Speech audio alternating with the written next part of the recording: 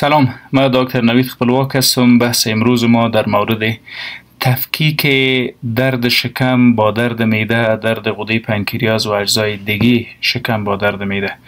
خب اگر عفونت یا التهاب در معده موجود باشه، مریض بعد از خوردن نان اتومات احساس دلبدی یا ناسیا و بعد از دلبدی استفراغ میکنه. در پهلویش درد شدید در قسمت معده، در این ناحیه درد شدید احساس میکنه. این درد با خوردن نان زیادتر شده و در شکم خالی نسبتاً یا معده خالی نسبتاً بهتر می باشه. اپیگاستریک پین. اگر التهاب موجود بود بعد از خوردن دلبدی و استفراغ به وجود آمد و در اکثریت موارد بعد از خوردن احساس پوندیدن و دمش معده، گاستروپرسیس، عدم تحرک معده از جمله علائم است که بعد از التهاب و عفونت معده توسط یا استفاده ادویه‌جات یا اچ پایلوری و یا هر ملحوظ دیگه مریض احساس میکنه. این حالت در یک وضعیت دیگه قابل احساس است. severe gastric pain. اگر درد مریض در قسمت بالایی شکم در این ناحیه بیشتر بود، خیلی شدید بود، این درد مستقیم به طرف کمر ردیشن یا سرایت میکرد، این درد معده نیست، درد غده پنکریاس است. ردیشن تو بک. اکثر این و مریضا بعد از خوردن نان استفراغ و دلبدی داره. نان وقت بخوره اتومات نازیا، دلبدی و دلبدیشان تبدیل میشه به استفراغ. اما تفکیکی که باید بین درد معده و غده پنکریاس بکنیم در این وضعیت است. دلبدی در اونجا است، در عفونت معده با وجود میاد، در عفونت غده پنکریاس هم. این در عفونت معده استفراغ میکنیم، در عفونت غده پنکریاس هم. این استفراغات سبب میشه که درد مریض کم شوه، ریلیف. اکثریت اوقات مریض بعد از خوردن نان احساس مزاحمت میکنه، دلتنگی و خلق تنگی برش پیدا میشه و انگشت خود داخل گلو برده پس استفراغش میکنه. بعد از استفراغ مریض آرام میشه. ولی برعکس در عفونت غده پنکریاس، این غده پنکریاس است، استفراغ کردن وضع مریض، درد مریض دگام بیشتر میسازه، سیمتومز یا علائم اگریویت میسازه، بیشتر میسازه. این یک تفکیک است که باید متوجه باشیم. دوم، دردی که در ناحیه معده است با خوردن به وجود میاد، اما دردی که در غده پنکریاس است با خوردن زیاد میشه، اما به وجود آمدن توسط همون عفونت و التهاب غده پنکریاس است.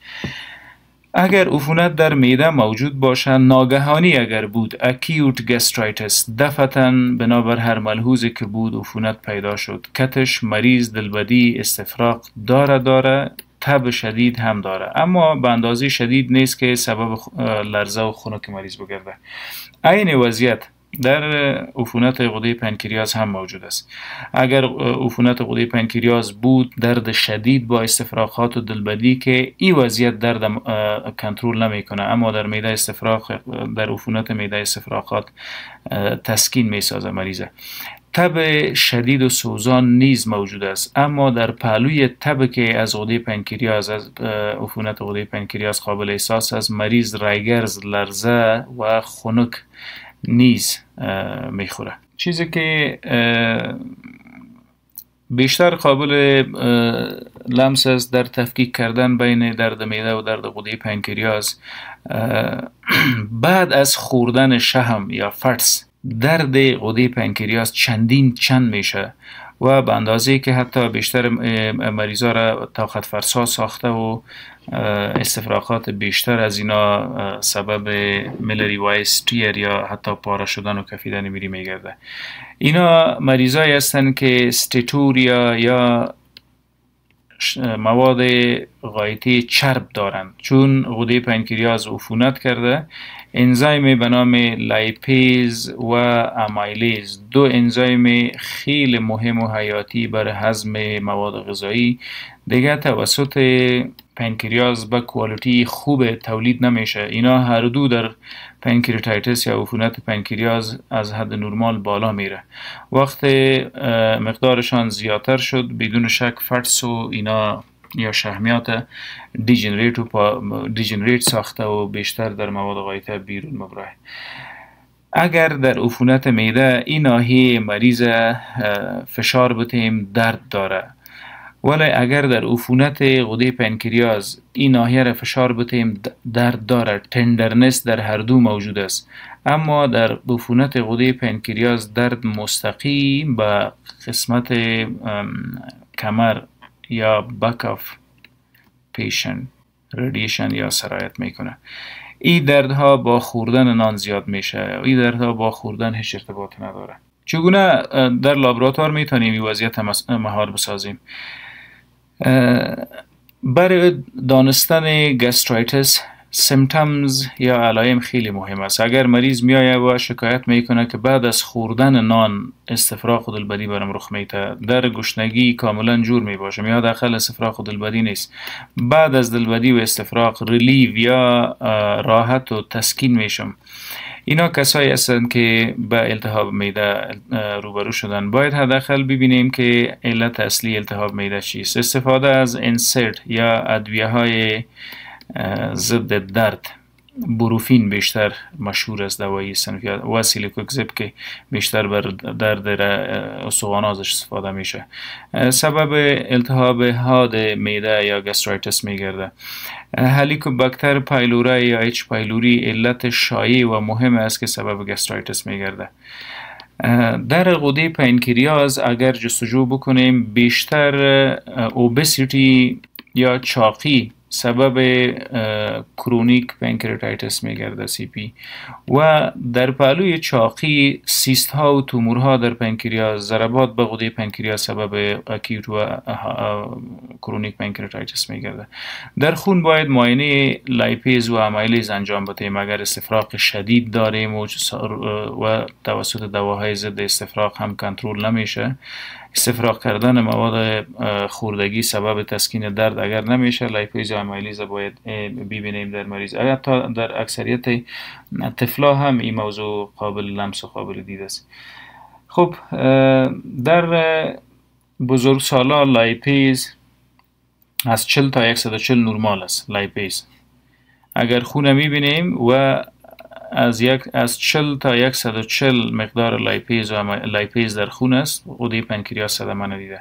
آمایلیز هم اگر میبینیم بین 24 الی 150 اگر بود نرمال است. اگر از این حالت مقدار انزیم بیشتر شده بود، در صورت باید حداقل به منیجمنت غده پنکریاس بپردازیم که ارگان نیمه حیاتی وجود است بالاخره. خب اگر احیانا التهاب موجود بود در معده، چگونه باید معالجه شود؟ از همه مهم باید استفراغ مریض توقف بدهیم. آنتی امتیکس یا دواهای ضد استفراغ. وقت استفراغ توقف کرد، علت باید معالجه بکنیم، کازتیو تراپی. اگر علت خوردن ادویه درد بود را باید توقف بدهیم. اگر علت اچ پایلوری بود، اچ پایلوری را باید معالجه بکنیم. و اگر علت عفونت غده پنکریاس است، حداقل معالجه غده پنکریاس باید داشته باشیم. و برای دراز مدت حداقل میتونیم از سیروپ یا شربت السنک که بیشتر مشهور است، این نام فابریکه است یا ترید نیم، نام تجارتی سوکرالفیت نام اصلیش است، میتونیم از سوکرالفیت برای چندین ماه شکم گشنه استفاده بکنیم. ولی برای خانم های حامله تجویز نمیشه سوکرالفیت. اگر در غده پنکریاس تکلیف موجود باشه، اولین کاری که میکنیم NPO نلپرورن، مریض از طریق دهن هیچ چیزام باید نخوره. کار دومه که باید بکنیم، چون در استفراغات بیشتر مایات خود از دست داده، باید به فلیت تراپی بپردازیم یا معالجه ریپلیس کردن و جابجا سازی مایات در وجود. از طریق رگ نورمال سلاین، رینگر لکتید، هایپوتونیک و اینی سیروما یا انفیوژن را میتونیم استفاده بکنیم. علت عفونت غده پنکریاس باید پیدا بکنیم و از بین ببریم.